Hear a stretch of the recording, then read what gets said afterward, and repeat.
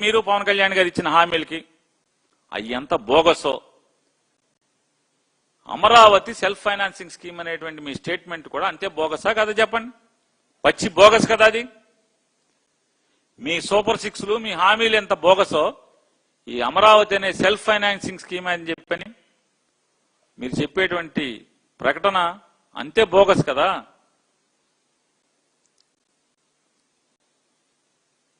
వీటికి సమాధానం చెప్పంటే చదరపొడికి 20,000 అండి. మోడీ గారేమో నేను 4,000లో కడతానంటాడు చదరపొడుగు.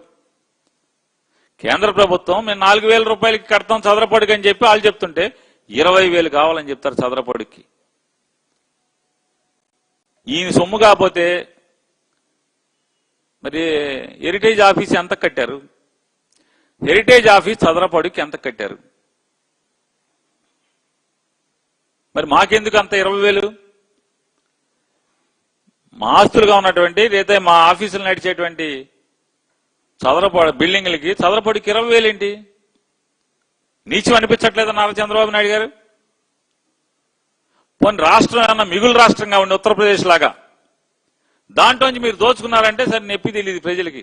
కానీ మమ్మల్ని అందరినీ తాకట్టు పెట్టి మీరు అప్పులు తెచ్చి అప్పుల్లో దోచేసుకుంటే 20,000 చదరపొడికి 20,000 రూపాయల.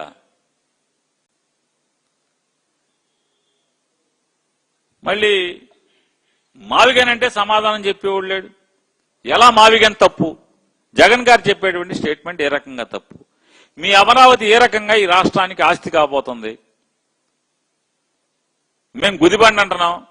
ఈ రాష్ట్ర ప్రజలకి అదొక అప్పుల కుప్ప. నీళ్లు తోడతాకి అమరావతిలో వర్షాకాలంలో నీళ్లు తోడతాకి 17,000 చిల్లర అంటే సుమారుగా 17,000-18,000 క్యూసెక్ల నీళ్లు తోడే సామర్థ్యం ఉన్నటువంటి మోటార్లు ఆన్ చేస్తే బిల్లు ఎవడ కడతాడు? ఎంత అవుద్ది బిల్లు? పట్టిసీమ కూడా అన్ని మోటార్లు లేవు కదా. గోదావరిలోంచి కృష్ణా డెల్టాకి సాగునీరు ఇవ్వటాకి తాగునీరు ఇవ్వటాకి మీరు పెట్టిన మోటార్ల కెపాసిటీ కంటే కూడా అమరావతిలో వర్షం వస్తే తోడే నీళ్లు మోటార్ల కెపాసిటీ ఎక్కువ కదా.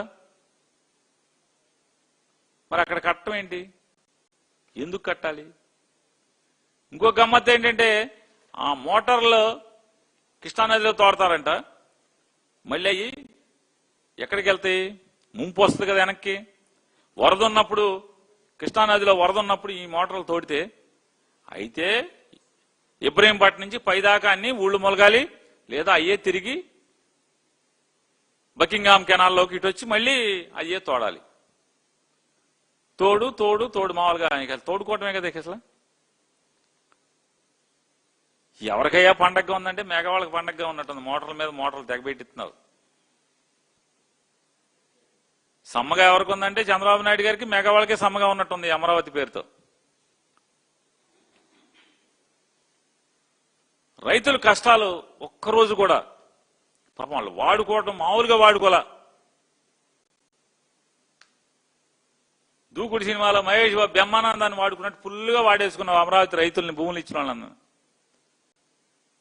అందులో ఒక ఆవిడికి మాత్రం సమ్మగా ఉన్నట్టుంది. ఏదో పదవి ఇచ్చి కుర్చీ ఇచ్చి ప్యాన్ ఒకటి ఇచ్చినట్టున్నావు. మిగతా వాళ్ళందరూ పరిస్థితి ఏంటి? ఏ రాళ్ళు వాళ్ళు ఎక్కడున్నారు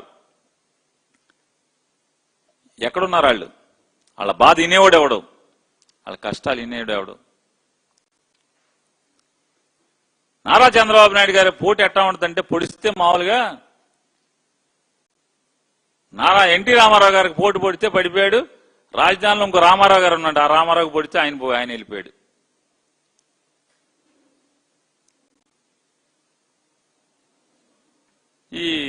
ఈ దుర్మార్గాన్ని అయ్యా మేము చంద్రబాబుతో పడలేకపోతున్నాం, వేగలేకపోతున్నాం, మమ్మల్ని మోసం చేశాడని చెప్పని రైతులు జగన్మోహన్ రెడ్డి గారి దగ్గరకు వచ్చి వైఎస్ఆర్ కాంగ్రెస్ పార్టీ వాళ్ళని మా కష్టాలు చూడండి ఒకసారి, ప్రభుత్వం ఎంత దౌర్జన్యంగా ఉందో రైతుల పట్ల, ఎంత దుర్మార్గంగా ఉందో, ఎంత దాష్టికాలు మా మీద ప్రదర్శిస్తుందో అని చెప్పని అధికారాన్ని అడ్డం పెట్టుకుని ఎన్ని బాధలు మమ్మల్ని గురి చేస్తుందో చూడమని చెప్తే మేము అవి చూడటాకని చెప్పని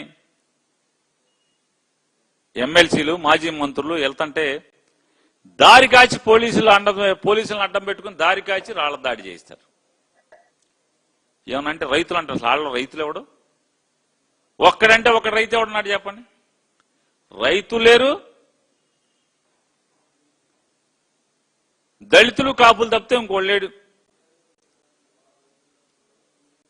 టిట్కో ఏళ్ళ నుంచి మనుషులను తోలుకొచ్చాక మాత్రం ఎవరో ఒక ఆయన చౌదరి గారు వచ్చాడు, ఆయన తప్పితే పెనుమాక అతను తప్పితే మళ్ళీ ఇంకొకటి అసలు కనపడలేవడం. అంటే ప్రతి చోట నీచమైన రాజకీయాలు.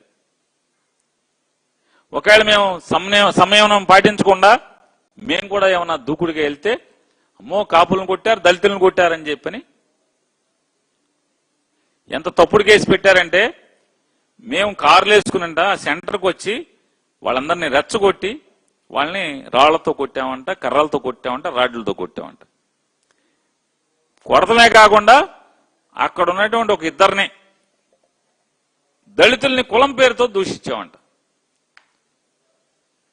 అందులో కేసు ఎట్టేప్పుడు కూడా కనీసం అంటే ఎంత వీళ్ళకి అహంకారం బలిసిపోయిందంటే, పెనుమాక అమ్మాయిని గొడవ తీసుకొస్తారు, ఆ అమ్మాయితో మేము కులం పేరు పెట్టాం. పెనుమాక ఊరే మొదటిసారి వెళ్తున్నాం మేము. ఆ ఊళ్ళో ఒక మహిళను తీసుకొచ్చి మా మీద కోడిగుడ్లు వేయించి కారుల మీదకి ఆవిడతో నన్ను కులం పేరు పెట్టి తిట్టారు, కొట్టారు, కులం పేరుతో తిట్టారంటారు.